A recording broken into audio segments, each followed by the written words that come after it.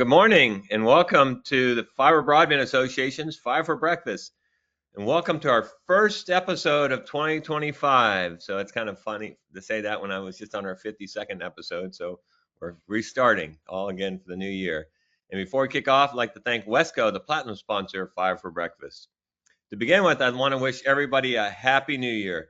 You know, it's hard to believe that 2025 is already here. It just seems like yesterday when it was 2010 and I was planning for Vision 2020, what it would look like the next decade. Now we're almost at 2030. So time is going crazy. But this is going to be the best year ever for the fiber industry. We have so many exciting events and initiatives planned for this year. I can't wait. It's just going to be absolutely amazing. And here in Washington, the 119th Congress will be sworn in this Friday, January 3rd. And President-elect Trump will be inaugurated on January 20th. And we're seeing formal change of power, even though the lame duck session has previewed the political shifts. The Fiber Broadband Association is gearing up to take advantage of opportunities for fiber broadband industry. We anticipate opportunities for regulatory streamlining and tax policy outcomes. And we're spending a lot of time introducing fiber priorities to the new members of Congress, the new administration, and their teams. As we enter 2025, the Fiber Broadband Association will be working its way around North America with an amazing lineup of regional Fiber Connect workshops. We'll be in San Antonio, which is $3.3 billion of BEAD money, in February, Philadelphia in March, Fiber Day on the Hill. This will be super important with our new Congress and new agencies. Last year we had 350 members from the administration, Congress, and the agencies. So this will be very important. That's in April. Then the Granddaddy Fiber Connect 2025. It is going to be epic on June 1st to 4th. I can't wait. That's going to be, I mean, you thought last year was great. We've taken it to the next level. And then we head up to Anchorage, Alaska. We're going to be in Anchorage in July. Then we're going to Toronto again in Canada. Then out to the West Coast and Spokane in September. Then to the Southwest to Scottsdale in October. And we'll head Kansas City in November. And then our premier member meeting will be in Palm Springs on December 8th and 9th. So a really incredible lineup. And that brings us today's Fiber Breakfast session with its plans, policies, and programs with Ariane Schaffer, the Fiber Broadband Association's Board Chair. But before I formally introduce today's guests, I'd like to introduce David Norris from team, who's going to walk us through some housekeeping items. Thank you very much, Gary, and thank you everyone for joining us today. We appreciate it. Before I go over a few logistics, we'd like to once again thank our platinum sponsor, Fiber for Breakfast, Wesco. Now, please keep in mind, you are all in listen-only mode today. To ask a question, please type it into the question box, which is located in the upper right corner of your screen. This presentation is being recorded and will be available on FBA's website within 24 to 48 hours, and you can find that recording in the Events tab under the Fiber for Breakfast drop-down option. Finally, at the conclusion of today's presentation, you'll be prompted to complete a brief feedback survey. We appreciate that feedback, so please take a moment to do so. And with that, I will hand things back over to Gary to get us started. Gary? Thanks, David, and good morning. I'm Gary Bolton, the President and CEO of the Fiber Broadband Association. Last week on Fiber Breakfast, our guests were Evan Freeman, our Fiber Connect 2025 Chairman and Vice President of Government Affairs at EPB, and Rich Williams, our 2025 Fiber Connect Program Director, who discussed the Fiber Broadband Association's event review. Again, I'm so excited about Fiber Connect this year. It's going to be held June 1 through 4 in Nashville. And it's really hard to imagine that it could even be any better than last year, but we are pulling at all the stops, and it's going to be by far the best broadband event in the world this year. So if you missed last week's session, you can go to the FBA website and watch the replay. Today on Fiber Breakfast, our session is Plans, Policies, and Programs with Ariane Schaffer, the Fiber Broadband Association Board Chair. Ariane Schaffer serves as Public Policy and Government Affairs Manager for Google Fiber and has worked for the company since 2018. In this role, she focused on broadband public policy, state and federal government relations, digital equity efforts, and business expansion. Prior to joining Google Fiber, Ariane was the executive briefer to the Governor of New York. Ariane holds a bachelor's degree from American University School of Public Affairs in Washington, D.C., and currently lives in the city, good old New York, the Big Apple. So welcome, Ariane. And for our audience, please type in your questions and we'll work it into our discussion. So first of all, Ariane, I want to congratulate you on being elected as chair of the Fiber Broadband Association. That is quite an accomplishment, given how competitive it is to be elected to the FBA board. This year we had 19 outstanding candidates running for 4 seats against 3 incumbents who are rerunning for their seats.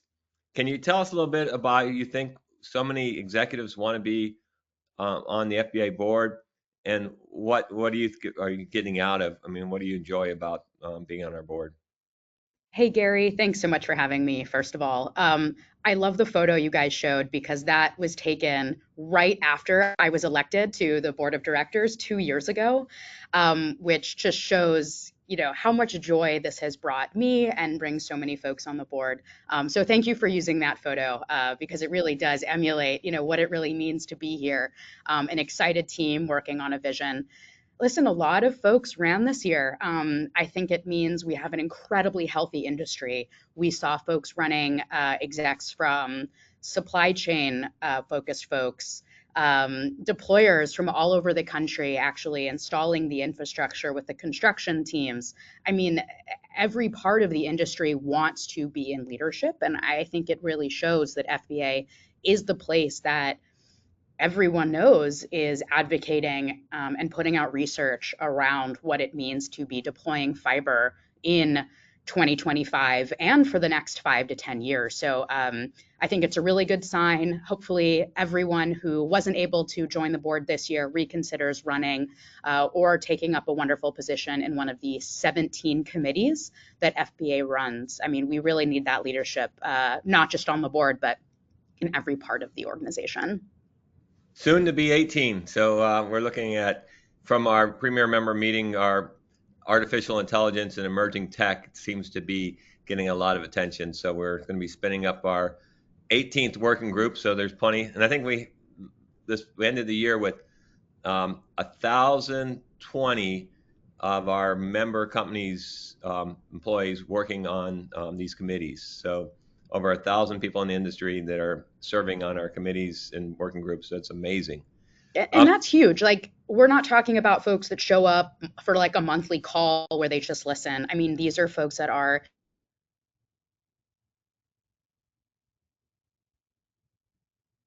as well as taking things back from their business back home.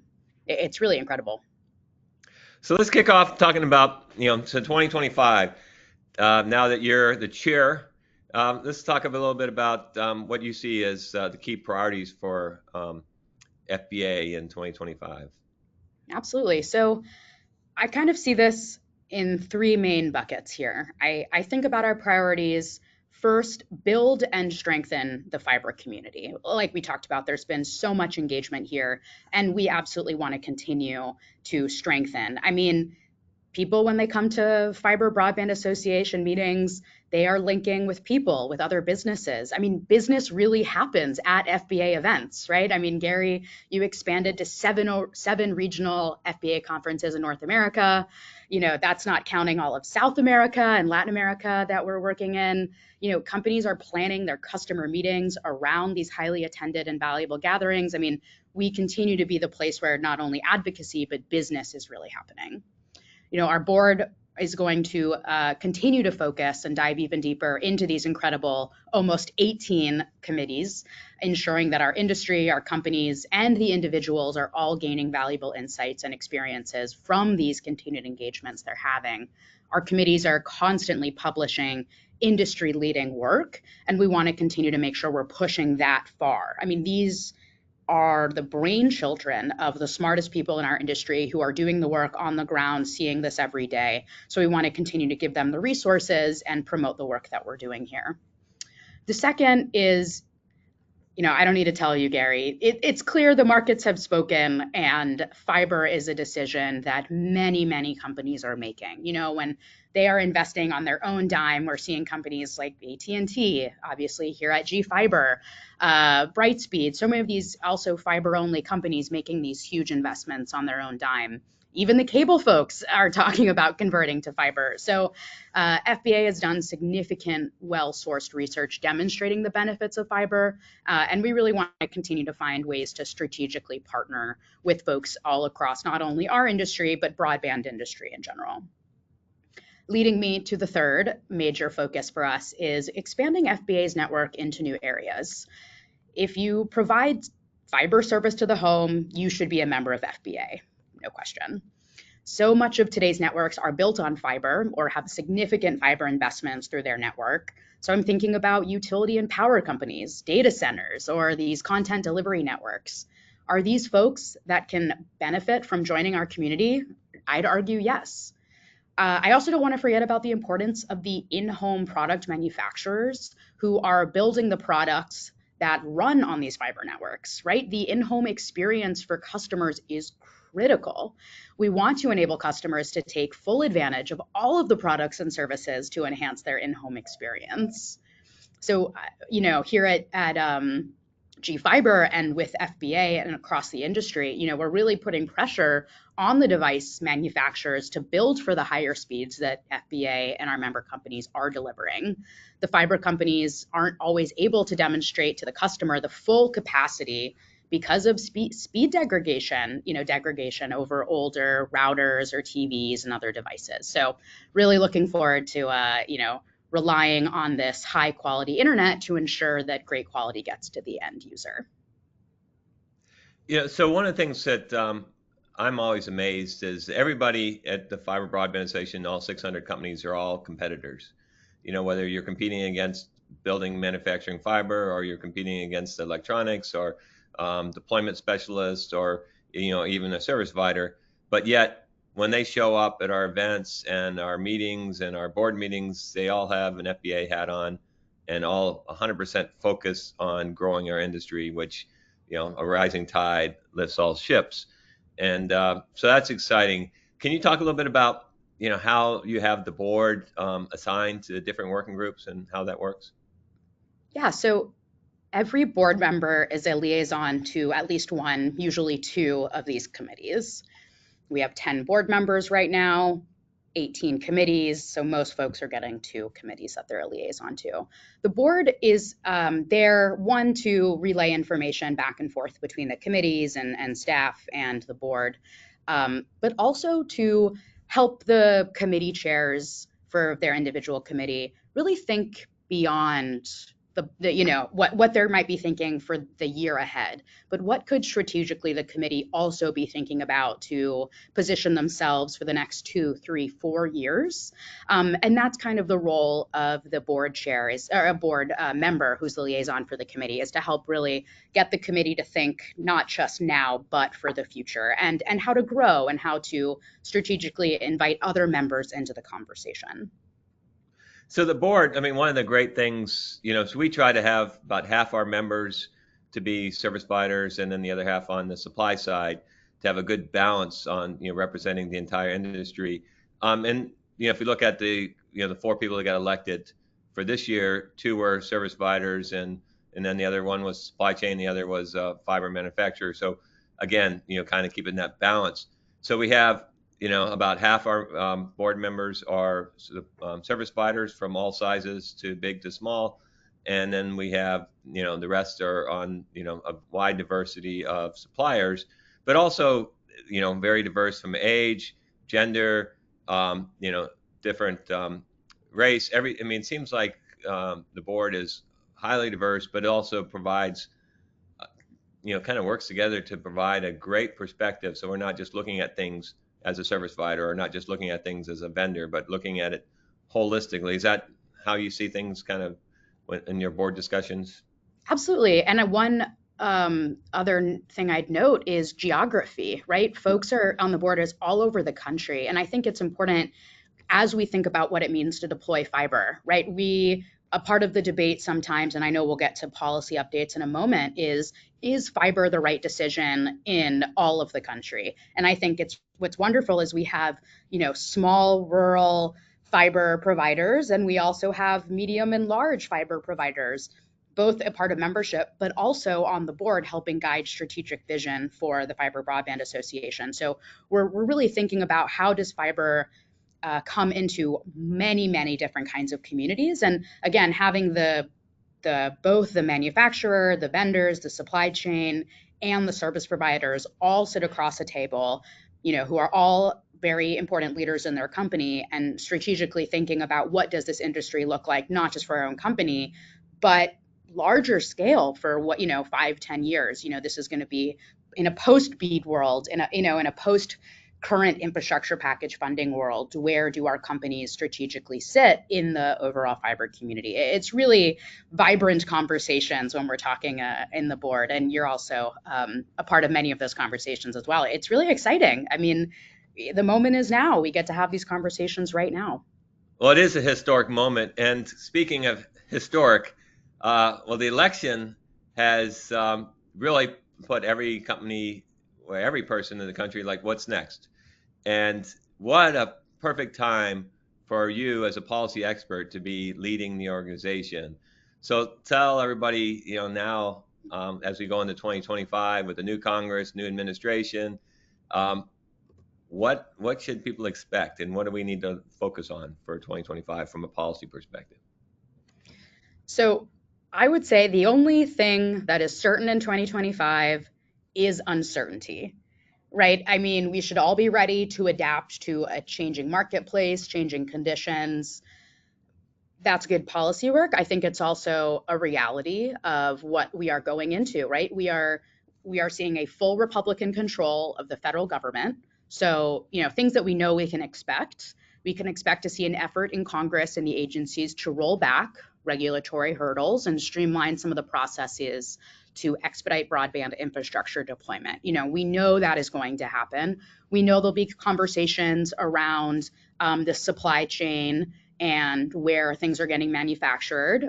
That will certainly be a hot topic for the administration, especially when it comes to security and manufacturing in certain countries across the world.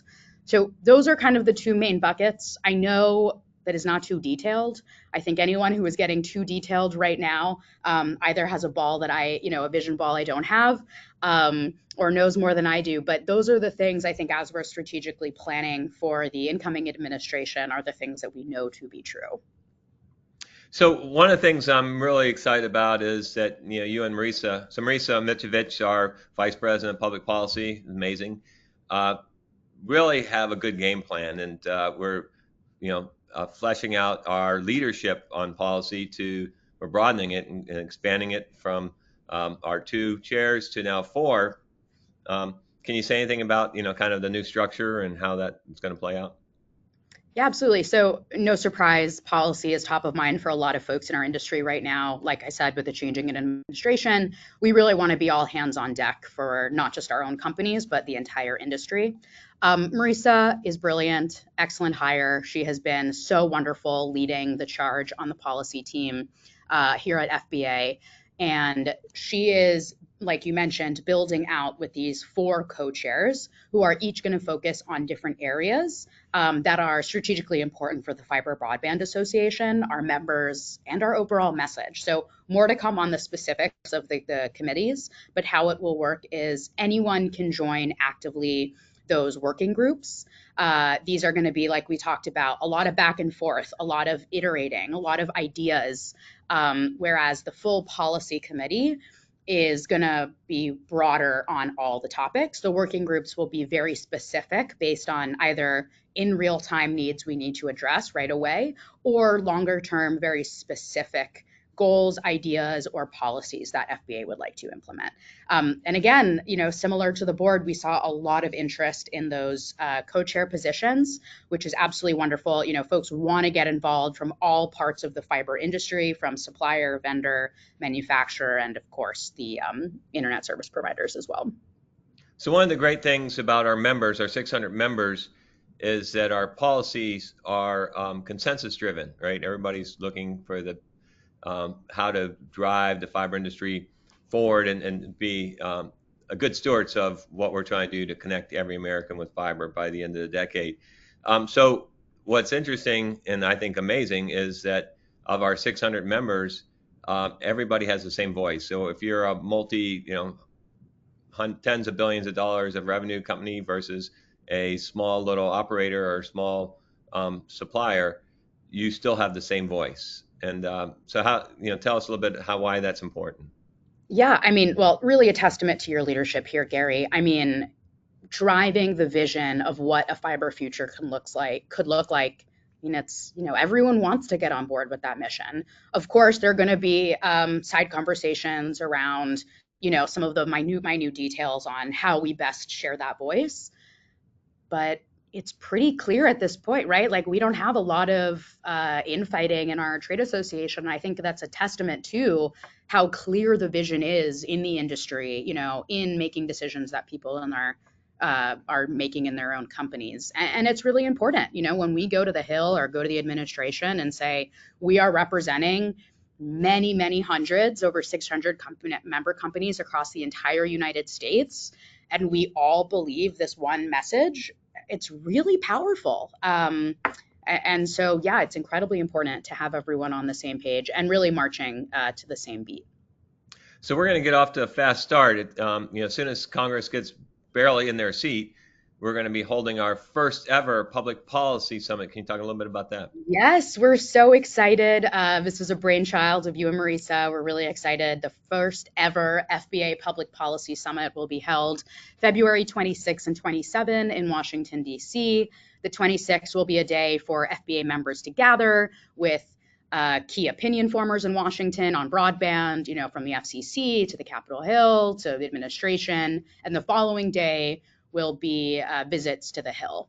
And this is really focused on people who are engaged in the policy space. But if you are maybe less engaged in policy, but you still want to be in Washington and you want to take advantage of all the ways that FBA is involved in Washington, I have two ways for you to do that. One, later in the year, FBA will host a membership-wide lobby day on the Hill. Stay tuned for details on that. We're nailing down that specific day. And next is the entire FBA membership is also welcome to join us in DC for the annual Fiber Day on the Hill, which you mentioned will take place Wednesday, April 9th. Yeah, no, so one of the things we did in 2024 was our permitting summit at Georgetown University or Georgetown Law School and with the Benton Institute. And that was probably the best workshop I've ever attended in the industry as far as multi-stakeholders and the way that those conversations and breakouts were held, and just the way that the report and final kind of policy recommendations came out of that. So given, I mean, and you guys were big participants in that. So how, first of all, what was your experience at the permitting summit, and then kind of what do you think we should expect from the policy summit? Time is of the essence, right? When we are gathering, right, everyone is either flying or driving in to have these meetings for a day or two. They have to be worthwhile, right? We have to stay really driven on a mission. We're all contributing, and it's really important that folks ahead of time know what they're getting themselves into so they can come with their best foot forward and their best ideas. And I think that was really important for the permitting summit, is everyone came with a single goal. Permitting is not working for a lot of folks for a wide variety of reasons. What are we going to do about it? And I thought that was really powerful. And then obviously we came out with a paper and we were able to have permitting recommendations. And I think similarly for our first annual policy summit is, fiber is working really well for our communities. What can we be doing more to get fiber deeper into our networks, deeper into the country's networks? And so we're all coming in with something similar, but it's also going to be a bit of a brainstorming, which will entail people, again, coming with their best ideas and really thinking through what our advocacy can be across the entire association's membership to really drive our message forward in Washington. All right, let's shift gears a little bit. So Google Fiber started it all. If you look at kind of the history, we were talking about 1 megabit, or broadband was very, I guess, underwhelming, and then 2011-ish, you guys that came in and created Google Cities and got Google Fiber off the ground and really got everybody talking about a gig and really catapulted the whole industry forward. Now, you're over a decade later. What's going on with GFiber and how's that going? I gotta say, on the GFiber business side, things are going very well. We continue to grow in all of our markets. In just this last year, in 2024, we expanded fiber service to 3 new states, Nebraska, Idaho, and Colorado, bringing high quality speeds and service to a ton more communities. So business is going very well. One thing I want to say about, GFiber really being there early on and making these investments, I love being a part of a company that is bringing creativity and innovation to the marketplace. And maybe it's me being a young person or living in New York City or being immersed in the tech industry, but wow, GFiber is really working on some really cool experiences and products for our customers. And it's just wonderful to be able to share some of the things that we're working on. So if I can talk a little bit about GFiber Labs, about a year ago, with the mission to work towards 100 gig, GFiber Labs was launched, knowing that these types of speeds will be in demand in the future and will be necessary to keep up with how the internet is evolving. So the way we think about this internally is kind of 4 main ways. When we're thinking about it, we're thinking about speed to the home, so customers connect to wicked fast speeds. Speed in the home, so customers can get Wi-Fi technologies that enable the multi-gig speeds.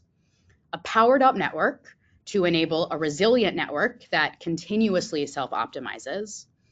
And reimagine services that set a new standard in customer service with cutting edge technology that solves and even prevents issues. So we define an on-demand, digital forward support model for the new generation is very critical to our mission. So how are these visions coming to our customers? Right now, we have customers on 20 gig and Wi-Fi 7, some really interesting use cases on this. For example, myself, I'm a huge music nerd. I love that Austin PBS is uploading their entire archive using our 20 gig connection, which includes all of their Austin City Limits performances. And for the first time ever, GFiber Labs, using Nokia's technology, an active FBA member, I will note, tested 50 gig on a live network. We've put Nokia's 50 gig PON network into test in one of our Kansas City fiber huts where we house our network equipment. There's so much more I could say. I know we're butting up against time, but some really exciting stuff ahead. As you can tell, we're really laser focused on our customer, trying to anticipate our customer's needs and really prioritizing our customer having control. And our customers have responded by awarding us multiple JD Power Awards twice in a row.